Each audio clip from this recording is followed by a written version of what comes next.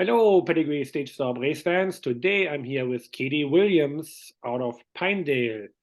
Katie, how are you? I'm doing well, Sebastian. Thank you. And explain us what you actually do for the race.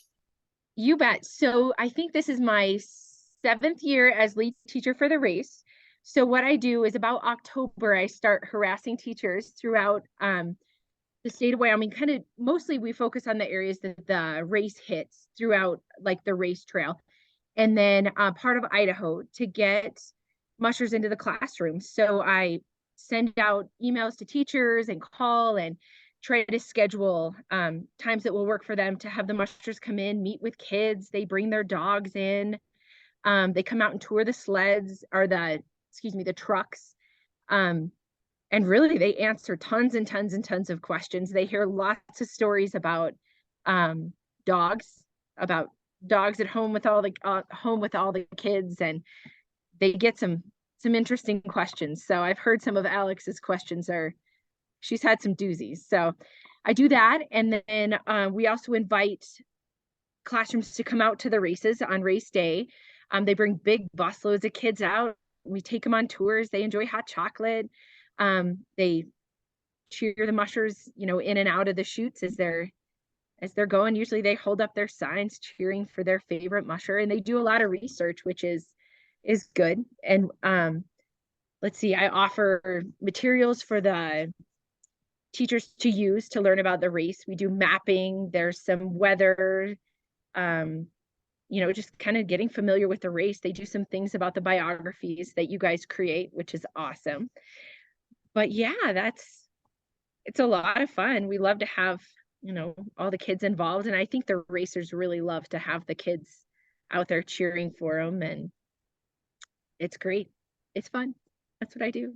Yeah, you do a great job of it. I have been to quite a few of those school visits with the different mushers, and just seeing the happiness in the kids, I think that Mhm. makes it worthwhile. Yeah. Yeah. And it's fun. The kids really, really look forward to it. And the teachers, usually before I contact them, they're contacting me saying, are you starting to schedule yet?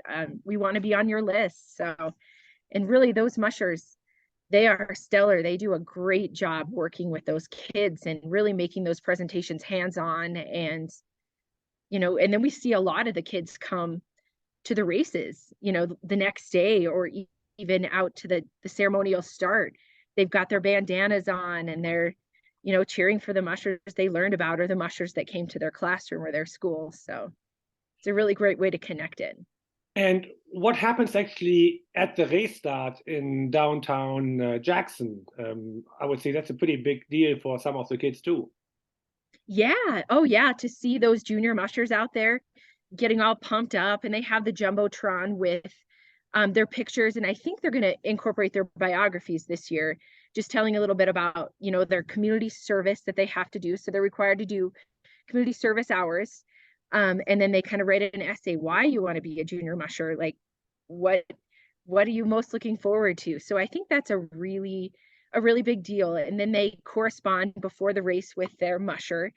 um and then that morning at vet checks, they come and they meet them and they put them to work, which is really great. The kids love to be able to scoop poop and help them clean out the dog boxes. So I think So it's a great thing. for the ones who don't know, maybe just yeah. So the junior musher program, in a nutshell, is something where the kids have to earn to be riding in the sled at the ceremonial start. Yes, so they complete their community service hours. They fill out a pretty good size application, letting really, it goes mostly through Diana, the race secretary. Um, it comes to her and it explains who they are, where they're from, why they want to be a junior musher, how they're going to complete their community service hours. And I mean, it's a great, great program.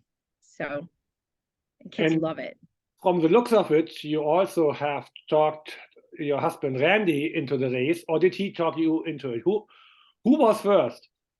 So we had a friend that was actually he worked for the Magnusons. He was a handler for the Magnusons.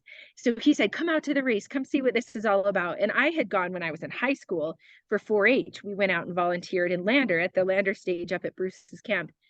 And he had said, you know, come on out, see what this is all about. And then the next year, he sent me a message and said, did you know this lead teacher position is up? What do you think? And I kind of explored it and emailed with Dan and Diana and interviewed, and I've been hooked since. And then in the first couple years, Randy went with us and he kind of corralled kids and helped out where he could. And then they found him a spot as a timer. And now we're both traveling with the circus. No, it's very nice. I always look forward to seeing you guys, and of course going to Pinedale. I mean, Yes, it's a lot of such a fun. beautiful place. So, and I mean, last year we were there for a couple of nights, so that was actually really sweet. Yeah, and I think this year too. So we're excited to have you guys for twice the time. Well, thank you, Katie, very much for all you do for the race, what you do for the kids. Much appreciated. And I'm looking forward to seeing you, I guess, in a little more than a week. A little less than a week. Yes, we're looking. Yeah, it's going to come quick. Thank you so much, Sebastian. Have a wonderful day.